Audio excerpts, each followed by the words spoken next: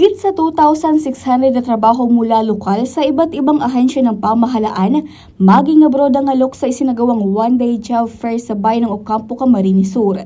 Ang aktibidad ay bilang bahagi ng selebrasyon ng ika-76 founding anniversary at Town Fiesta ng Bayan.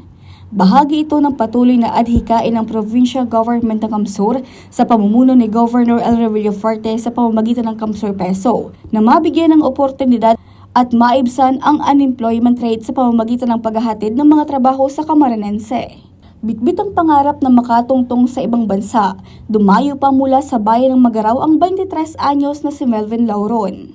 Sa araw po kami pong mga applicant o aspirant ma'am na makatrabaho pong abroad na dako lang tabang po ni na may mga job fair po sa mga kada municipality or dito po sa Camsur. Tulad ni Melvin, isa rin sa mga nagbabakasakali si Azine Toledo, 43 anyos. Bagamat hindi na bago sa job application, wala rin siyang planong sumuko sa paghahanap ng trabaho para sa kanyang pamilya. Thank you po sa mga nagkakandaktang mga araw po kanina, mga job fair, kasi talaga pong nakakatabang po talaga kamong maray. From local to abroad.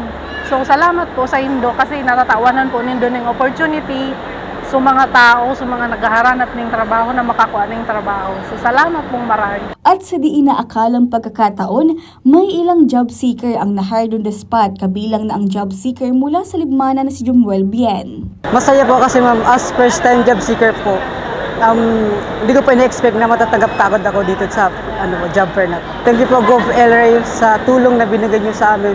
Lalo po sa mga kabataan na bagong graduate lang po. Labis po itong makakatulong sa amin para po sa future and sa darating pong generation. Ayon sa human resource ng isang local company, malaki ang nagagawang tulong ng mga ganitong programa ng Kapitolyo at Camsur Peso, lalo na sa mga first-time job seeker. Ang ganitong programa is talagang to help na nakahanap agad ng trabaho sila, hindi sila tumambay sa kanilang mga bahay at makatulong din sila sa pamilya nila. Malaki ang pasalamat ni Peso Manager Helen De Castro sa suportang ibinibigay ng Peso Camsur at ng PGO Camsur sa pamumuno ni Governor Elray Villafuerte.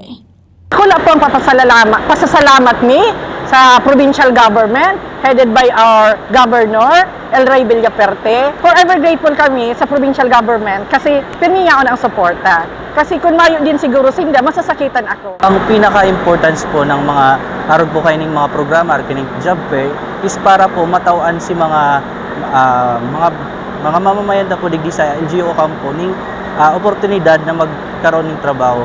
So ini pong job fair, saro po ining paagi para maparani sa inda si mga agency, mga representatives, para dayon na po sinda maduman sa office po ninda.